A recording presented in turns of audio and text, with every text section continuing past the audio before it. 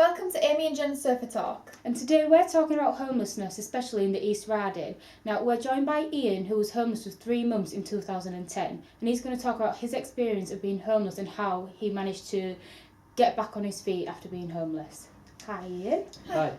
So, you were homeless and for 3 months. Yeah. How did that happen? I was in a long-term relationship with a previous partner, and then she decided that she wanted to cheat on me with my best mate, and then decided she wanted him to move into the flat that we were sharing with her, so she just kicked me out on the streets with nowhere to go. Right. And obviously, you said that you couldn't go to your parents or anything like that. I could go there very occasionally. Unfortunately, my mum and dad only have a 1-bedroom bungalow, and they live out in the middle of nowhere, whereas I needed to be more central to be able to get to access certain services, that sort of thing. So going and staying there wasn't really an option. So there'd be some nights I'd go and kip on a mate's sofa now and again. But generally, I didn't have anywhere to go, so I'd end up sleeping rough. Wow. And whereabouts would you go? I slept in Beverley bus station a few times. Tried sleeping in a field a few times near my mum and dad's. Slept up on Beverley Westwood. Slept in a graveyard one night. Really? Yeah. So. What did your mum and dad think about this? Did they know that you was homeless? They knew she'd kicked me out, obviously, and they knew that I could only go there every now and again. Well, the nights I didn't stay at my mum and dad's. They would ask me to go and stay at theirs when they were going away to look after the cat or whatever, but that didn't happen very often. Other nights I would maybe text them and say, oh yeah, I'm kipping at so-and-so's tonight, or I'm kipping at so-and-so's tonight, when I didn't have anywhere to go, so they weren't completely in the loop. And what did you do for, food? I'd have to rely on others at times. I'd maybe, I sold a watch at one point so I could get a few quid together to feed myself, but I'd mainly rely on other people, the kindness of other people. Mm-hmm. So when you wasn't staying at someone's house, did you starve then if you were sleeping? Yeah, generally, yeah. Oh God, I mean, how did you overcome that? What must have been going through your head when you was in a field or in a graveyard sleeping? What was going through your head? Well, the graveyard thing, that was a very personal thing, because I just thought, I felt like I should be there anyway, because I thought, I'm going nowhere in life. How have I got to this stage where I've got nowhere to go? So there were times, I did try to, there's no other way of putting it, I tried to kill myself a few times. There was just that one point where I just thought, I can't get any lower than what I am right now. Even I would have even gone to prison if I needed to just get a roof over my head, because I was so desperate. I didn't actually turn to breaking the law. I just thought, prison would be preferable to this. Mm-hmm. But, What did you do when you tried to kill yourself? How did you? There was one time I took a load of tablets, took a load of pills. Didn't really care what they were. I just, I took them out of a mate's bathroom and just took a load of them and tried that way. And then there was one day I tried stepping out in front of a car on a very fast road. I tried to step out in front of a speeding car, but fortunately he swerved at the very last second and just missed me. Was that frustrating because you felt like, oh, I can't get out of it? Yeah. Did you not see that as a sign? Because if you would have killed yourself, you wouldn't be here now. At the time, I saw it as a sign. I thought, Christ almighty, I can't even do this right. And I just felt hopeless. I felt absolutely useless, and I thought, I've let everybody down, as myself, my family, my friends. I've just let everybody down, and you know, at that time I just felt like nobody would really miss me. And then, you know, it just got to a point where I just didn't want to carry on, basically. And how did you come back from that mindset? How did you get back on your feet? There was one day I realised, I thought to myself, do you know what? I'd been out on the streets about 2 weeks, maybe 3 weeks, and I thought to myself, do you know what? I haven't had an alcoholic drink since 3 days after my birthday. It had been the 10th of January, it had been the last day I'd had an alcoholic drink, and I thought, do you know what? I knew I had been an alcoholic, and I thought, right, there's nothing I can do about it now. I can't get myself a drink right now, but I tell you what, when I can, when I'm in a position to, I'm not going to. I'm going to give up alcohol. I'm not going to drink alcohol ever again. And that was sometime over 5 years ago now, and I've stuck to that. And it was that, and I suddenly thought, do you know what? You've actually, I know it seems a bit daft to say, but I actually felt like I'd achieved something. That's not daft at all. I just thought, well, I can do that. I can, you know, there's something else I can do. It gave you the drive. Yeah, it just made me realise, you know, maybe I'm not quite so useless as what I thought I am. So you just woke up one day and thought, right, it's time to get my life back on track. Yeah, basically, it's like, you know, them two are winning right now. My ex and my so-called mates, they were basically laughing at me, and I thought, do you know what? I'm not going to have any more of this. I'm gonna go out and I'm gonna show them what I'm made of, what I can do. Yeah.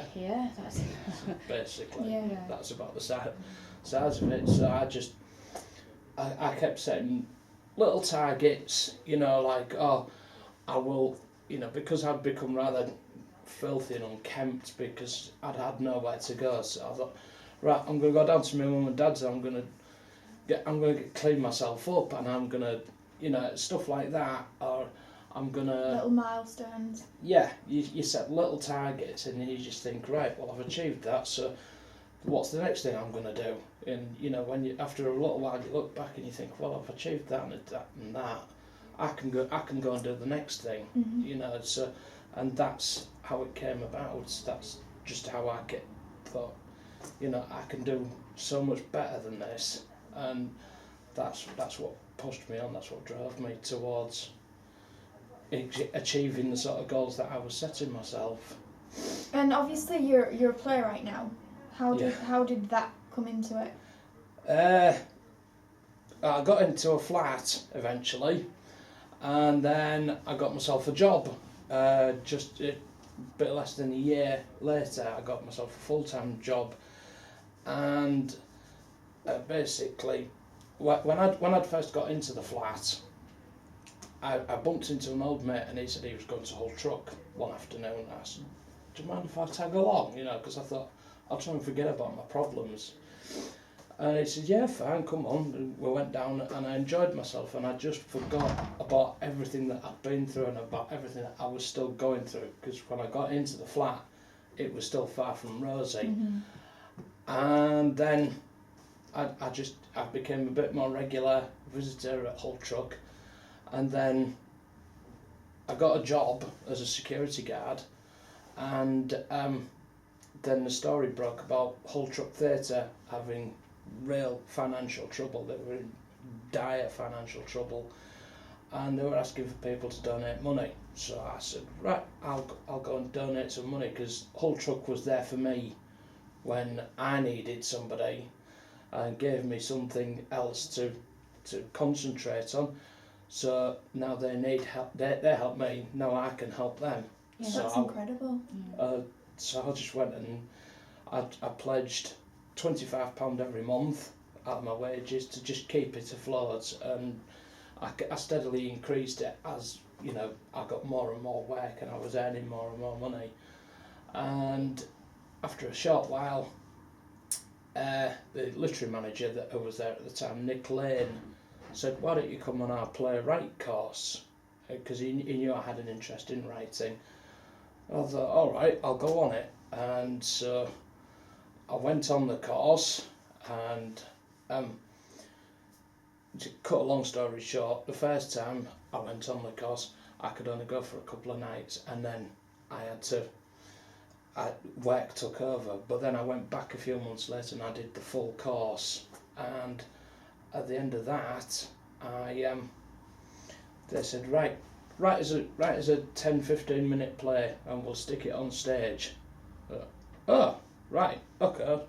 So I wrote a short play. It was called Dream Nightmare, which was about a battered wife wanting to escape her violent husband and run off with his old schoolmate, who was so much nicer.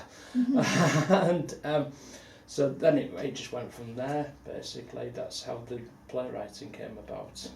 So it was like stepping stones. Yeah, basically. It was another...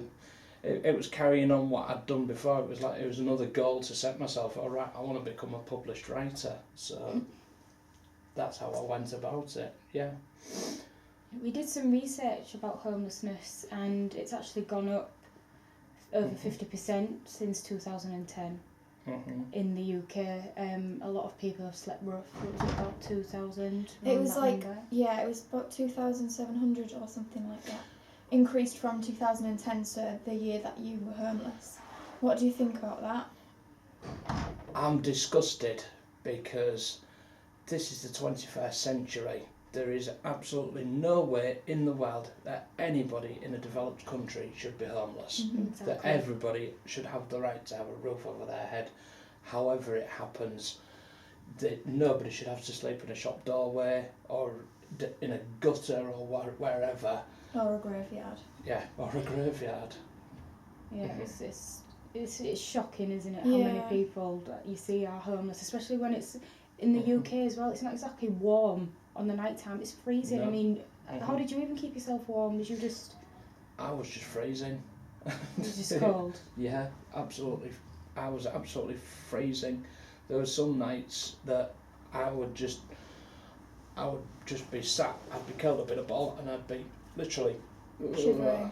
Did people like walk past and give you money, or did you ever get any abuse for being homeless? Or I got abused for being homeless, for being a mess, but I would never ever ask anybody for money, or I would never ask them for food, because to me that would have degraded me. And I thought, there were times I was desperate, there were times I was starving, hungry. I would sometimes go days, even weeks without eating.